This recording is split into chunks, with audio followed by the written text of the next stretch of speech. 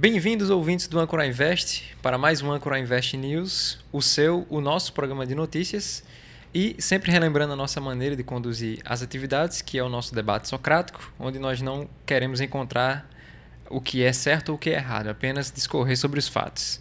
E hoje, mais uma vez, nós estamos na presença do ilustre Wellington Júnior. Olá pessoal, eu sou o Wellington, sou assessor de investimentos do escritório credenciado XP, Invest Smart. Estou aqui para também fazer parte desse Ancora Invest News e compartilhar algumas notícias aí das últimas semanas, notícias importantes do mercado financeiro. Obrigado, Wellington.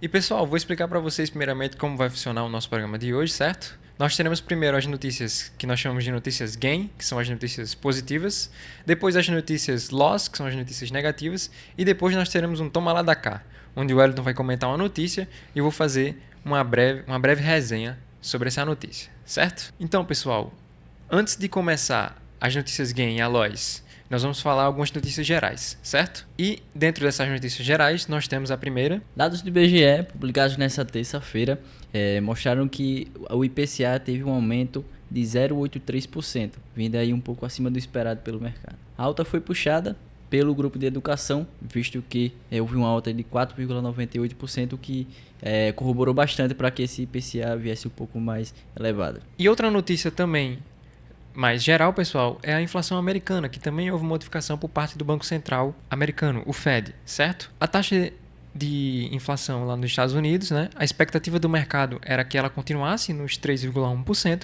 mas houve uma leve modificação, um aumento de 0,1%, chegando agora nos 3,2%, né? Lembrando a vocês também que essas taxas americana e brasileira, elas têm perspectivas diferentes, então um valor 10 para o Brasil e um valor 3 para os Estados Unidos, eles têm interpretações diferentes, porque são contextos econômicos diferentes. Então, o valor maior aqui no Brasil é normalmente mais esperado, certo? E um valor menor nos Estados Unidos é normalmente mais esperado pelos seus contextos econômicos, né?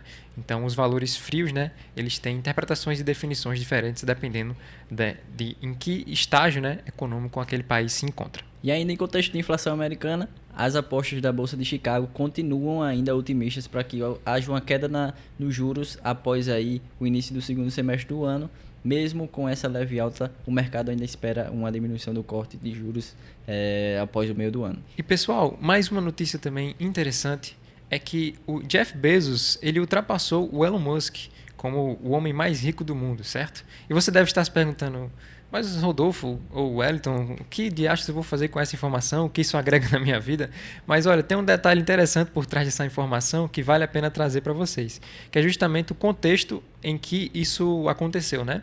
As ações da empresa montadora Tesla, elas houveram uma queda, né? Sofreram uma queda, e justamente num contexto em que a montadora de carros Tesla está competindo com montadoras chinesas que chegaram para o mercado de elétricos. A montadora BYD e entre outras competidoras no mercado estão começando a obter fatias do mercado, né, desse market share, estão realizando um desafio para a Tesla, né, nesse momento de competição no mercado de elétricos. E nesse contexto de mercado automotivo, as chinesas estão causando um forte impacto nos preços dos carros em geral. Inclusive aqui no Brasil, o preço de alguns carros que estavam sendo praticados aí em valores mais altos estão diminuindo aí por causa dos preços dos carros chineses elétricos. Então a gente vai continuar acompanhando isso aí, porque isso pode ser bom para os brasileiros no que tange aos preços de automotivos dentro do nosso país. Então, pessoal, agora nós vamos para as notícias do bloco GAIN, que são aquelas notícias que são interessantes no contexto positivo, certo? Então, pessoal, a primeira notícia do nosso bloco GAIN é sobre a Vulcabras, uma empresa listada em bolsa que pelo 14º trimestre seguido teve crescimento das suas receitas líquidas, né? Para quem não conhece, a Vulcabras é uma empresa que tem o licenciamento da Under Armour para operar aqui no Brasil e também tem outras marcas, como a Olímpico, certo? Então, e o CEO da Vulcabras disse também, pessoal, que ele iria começar a tentar atuar, né, em novos projetos de negócios para tentar aumentar essa receita, né? Claro que ele comentou também que um crescimento desse tão consecutivo há tanto tempo, né, realmente não dá para esperar que esse crescimento absurdo se mantenha por tanto tempo, mas com certeza a empresa vai buscar, né, novos objetivos e galgar umas receitas maiores com certeza. Mas o CEO comentou, né, que eu tinha falado anteriormente e não tinha terminado, que ele iria atacar o mercado de varejo, né? Atuando, abrindo novas lojas, verificando quais são essas possibilidades para que ele possa aumentar, né, a rede, principalmente da Under Armour, que ele comentou, né, que pretende abrir novas lojas para atuar em locais diferentes, né, onde ele possa não só distribuir seus produtos para as outras lojas locais venderem, mas também abrir as próprias lojas da marca, né, e também das outras marcas licenciadas pela Vulcabras, para poder assim fornecer o produto diretamente ao seu consumidor, né, e assim viabilizando outras opções de negócio. Certo? Pessoal, outra notícia que é muito interessante, que pode beneficiar a Bolsa, né, e que talvez o pessoal que gosta bastante de títulos de renda fixa não fique tão feliz assim, mas que pode sim acabar beneficiando a Bolsa, é que no mês passado o Banco Central divulgou novas regras para a emissão de títulos de crédito incentivado. As LCIs, LCAs, CRIs e CRAs passarão a ter um sistema mais rigoroso de definição, fazendo com que uma boa porcentagem, né, desses títulos não possam ser rolados novamente ou das futuras emissões não possam realmente acontecer novamente, fazendo com que assim os gestores de capitais e quem mantém uma grande gama de capital para investir seu ou de terceiros tenha que realocar esses recursos em outros produtos, né? E de acordo com o BTG Pactual, pode acontecer que um fluxo desses recursos acabe sendo destinado à bolsa, que faça com que os ativos sejam reprecificados, né? Que pode ser interessante para o crescimento da liquidez, né, em produtos de renda variável na Bolsa de Valores. Segundo o próprio BTG Pactual, 30% dos títulos que foram emitidos em 2023 não poderiam, né, e não poderão ser emitidos nas mesmas configurações em 2024, ou seja, uma porcentagem bem relevante. Já o Banco Central estima que de 15% a 20% dos títulos não poderão ser emitidos novamente com as novas regras, o que demonstra que essa porcentagem, né, esse valor, esse volume de capital terá que ser realocado entre outros produtos, né, o que pode acabar beneficiando a bolsa. Pessoal, outra notícia interessante é sobre o Grupo Mateus, que é detentor de várias lojas de atacarejo e é uma empresa listada em bolsa. Uma empresa que começou as suas lojas no estado do Maranhão, ela atuava em cidades onde outros concorrentes não queriam atuar, né, foi sobrando espaço e ela foi criando um modelo de negócio que se validou bastante ao longo do tempo e reportou mais um resultado positivo. Os analistas da Bolsa de Valores dizem que essa empresa realmente validou o seu modelo de negócio.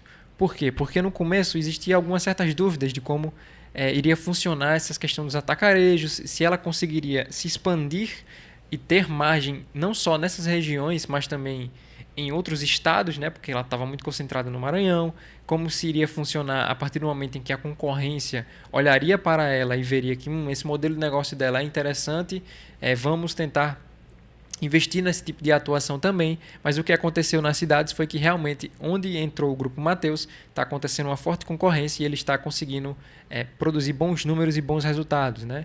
Isso tem trazido muitas visões positivas sobre a empresa. Essa ação do Grupo Mateus já chegou a ser bem amassada após o IPO, certo? Chegou ali na casa dos R$3, R$4, né? Eu me recordo bem disso.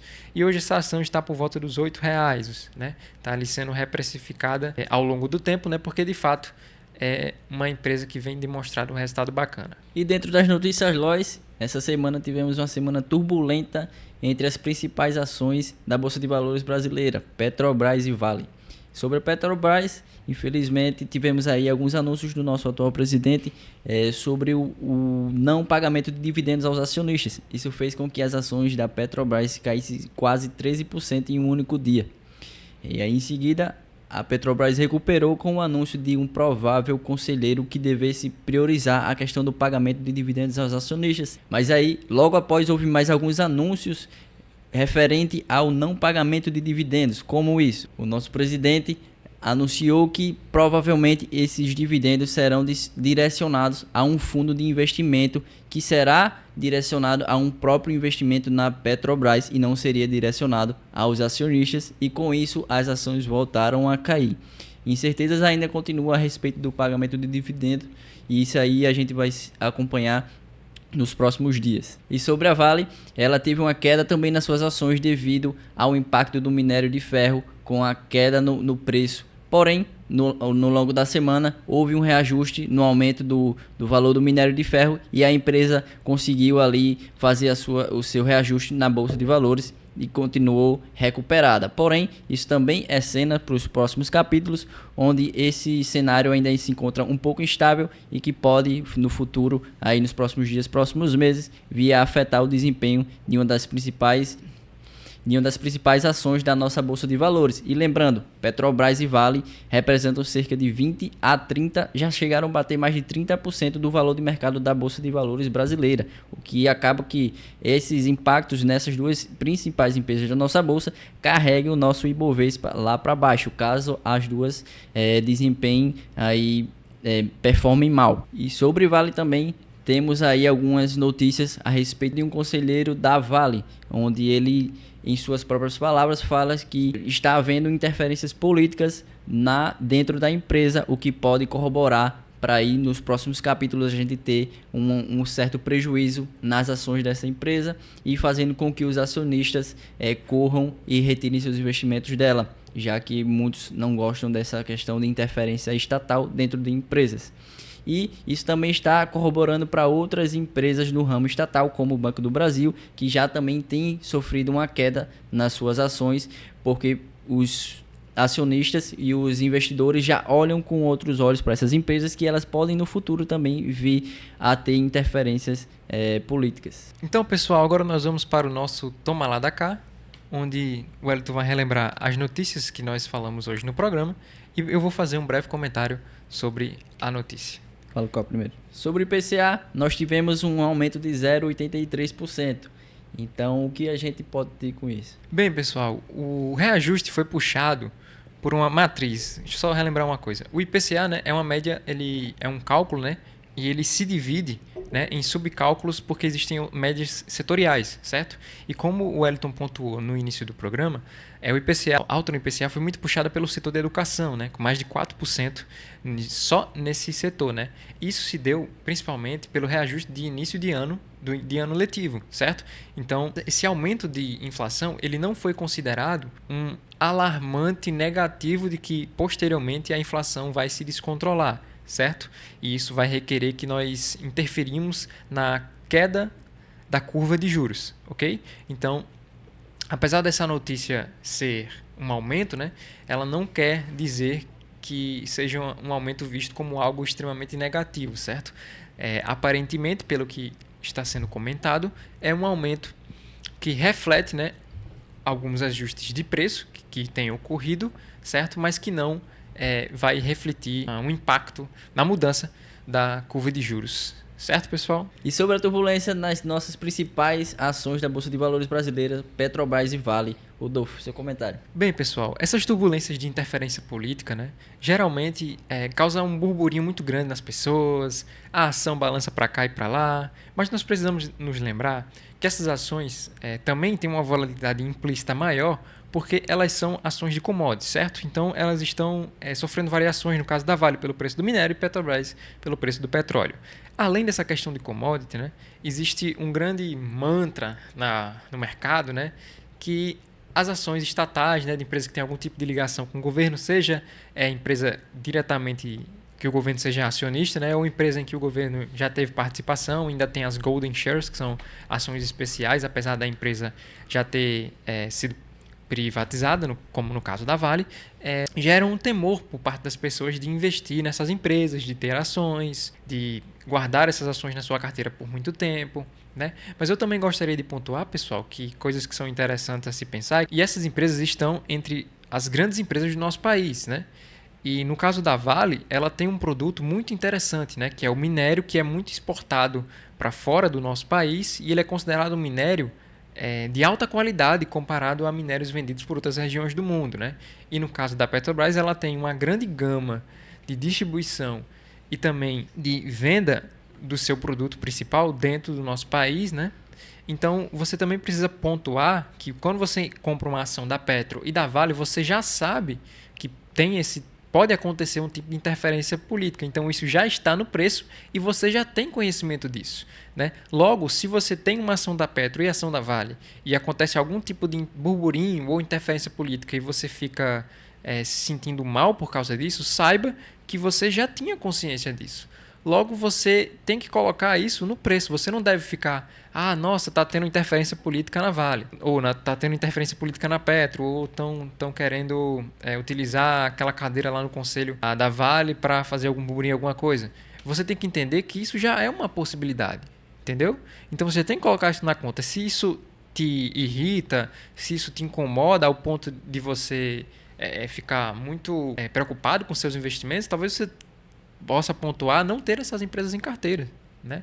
Porque justamente por exemplo, se eu tivesse ações da Petro nesse momento, né? Como eu não tenho ações da Petro nesse momento, mas se eu tivesse, eu já saberia que isso poderia acontecer. Então isso já está no risco, certo? Entendeu? Então você tem que ter a consciência de que você tem que assumir um pouco a responsabilidade nesse tipo de situação, entendeu? Você está comprando algo que você já sabe que pode ter esse tipo de acontecimento, né? Mas existe também muitos pontos positivos para você investir nessas empresas, né? Como eu já pontuei, pelo tamanho delas, pela questão de até a competitividade delas, entendeu? Então, assim, você precisa pontuar bem as coisas, né? E tá bem claro naquilo que você está investindo para justamente assumir um pouco da responsabilidade também de entender o que você está fazendo e os riscos e possibilidades daquilo que você investe, certo? Títulos de crédito incentivado.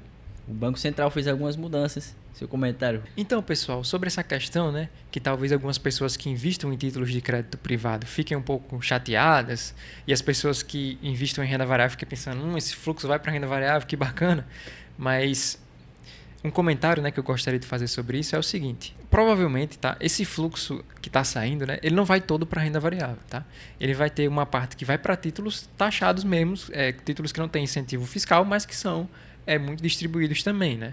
E então as pessoas que têm o perfil da renda fixa, só da renda fixa, provavelmente ele não vai querer também de uma hora para outra alocar o seu capital em bolsa, certo? Ele vai provavelmente comprar outros títulos de renda fixa que não tenham esse incentivo fiscal, né? Mas com o passar que está acontecendo, né, a queda da Selic, é mais provável ainda que uma parte mais considerável desse fluxo vá para a renda variável, justamente para balancear essa questão, principalmente com quem gere recursos, né? Porque ele vai sempre calculando as taxas de retorno, o risco, e ele vai percebendo que a renda variável vai começar a ficar mais atraente, né? Então, ele que gere recursos ali de um fundo, ele vai poder optar mais por mover esse recurso para, de fato, a renda variável, né? Então, a expectativa é que realmente haja uma boa porcentagem desse valor vá para a renda variável e assim mexa no fluxo de precificações das ações. Então, pessoal, esse foi o nosso âncora Invest News de hoje. Espero que vocês tenham gostado. Não esqueça de deixar o seu like, compartilhar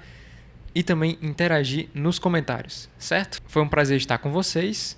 Você pode encontrar o Âncora Invest além aqui do YouTube, também no Instagram, âncora.invest.